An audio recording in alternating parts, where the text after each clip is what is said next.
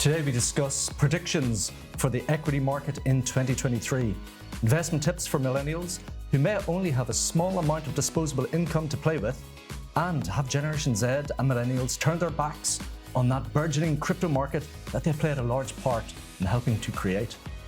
On the Crypto Mile this week, I am joined by Simran Kaur, the founder and host of Girls That Invest, a popular podcast that cuts out the jargon and breaks down the world of investing and growing wealth for millennial and Generation Z investors.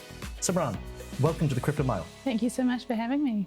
It's great to have you on. Now, you've come the whole way from New Zealand. What finds you in cold, foggy London? I'm here to speak at International Women's Day at the House of Parliament, and I'm very excited. Okay, so late last year, US investor Michael Burry, of The Big Short fame, you might have seen the film, he sold off nearly all of his stock. In light of this, should we be investing more this year or parking what we have in, say, US Treasuries and hoping for a market rebound? It's a really good question. I think it comes down to what stage you are in your investing journey, and for the younger investors out there who are probably at the very beginning, it probably doesn't make sense to try and sell off and move away. It's, thinking about that long-term investment style, because we've got a lot of years ahead of us. In 2023, do you see any growth markets that you would advise people? I think it comes to no surprise that a lot of people are getting quite interested in AI, and what I'm finding in our community is looking at companies that are taking use of AI. So recently BuzzFeed announced that they'll be using AI to help create content for their projects and the content they create, and that caused share prices to rise instantly that day. So trying to find what companies are actually making use of the way the world's changing. Your podcast is sort of aimed at Generation Z and millennials, and they don't have a large amount of disposable income really to play with if you take them as a whole demographic. So what is your top tip for growing wealth with micro investments?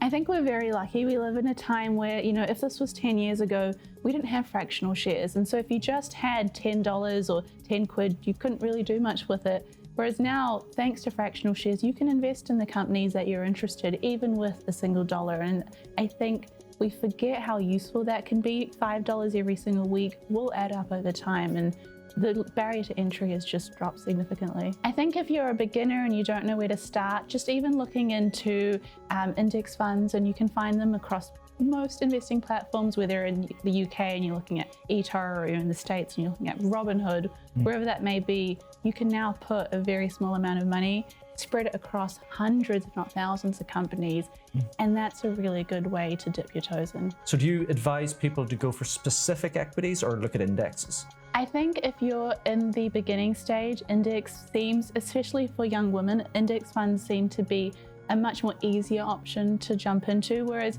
with individual equities, you're taking on a much higher risk, you're putting all your eggs in one basket, and if you get burned early on, you're less likely to continue investing. You think, the entire stock market must be just like that, I'm going to step away. Do you think there's a difference between a male strategy for investing and a female strategy for investing? I mean, this is generalizing, and I know that not everyone fits into either or, but we find that female investors are a little bit more apprehensive until they have, a wider set of knowledge when it comes to investing, so understanding different strategies, dollar cost averaging, what diversification is, and then they jump in, whereas our male counterparts, they just like to try and learn as they go and sort of trial and error their way through. They jump into the pool, whereas the girls kind of look around, what's the perimeter of the pool, and then they jump in. I think the main difference we see is reasons for investing. We find female investors tend to think of, well, how can I invest to put this back into my family or my community? It's less central viewed and more community focused. But that's not to say, only one gender does that or the other. Now, you mentioned fractional investing, fractional shares and things like that. And you can also invest in fractional NFT ownership and stuff like that in the crypto scene. Do you think millennials are losing interest and seeking wealth growth in other areas after seeing all the bad actors in the crypto space throughout 2022? It's such an interesting question, and I think my opinion is that every generation has its bubble, whether it was the dot-com bubble, or if we go all the way back to tulip mania.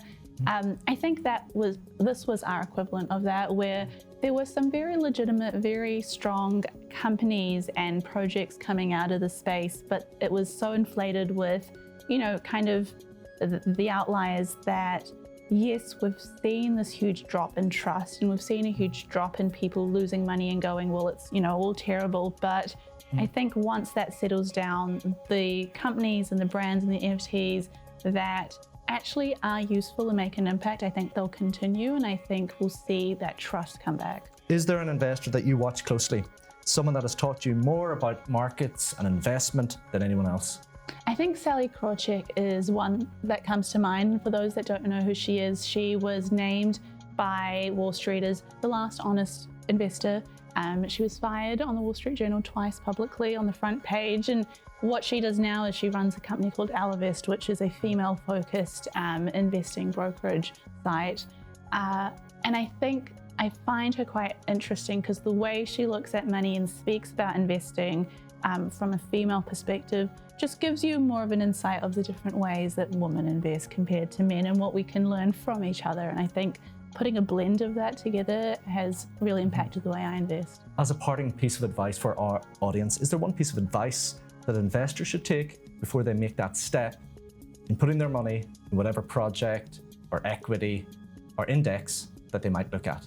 Something that we say often, whether it's to our podcast community, whether it's in the book or just our community in general, is if it's not something that you don't understand just yet, you don't have to invest in it straight away.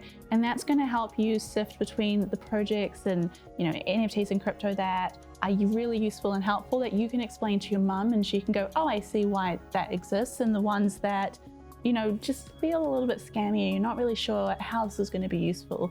If you say, I understand how this works, go invest in it. It's even something that Warren Buffett uses, and for a very long time he didn't invest in technology. He missed out on investing in things like Apple and Google when they were quite young because he didn't understand it. And only when he did he go and say, okay, I'll put my money there.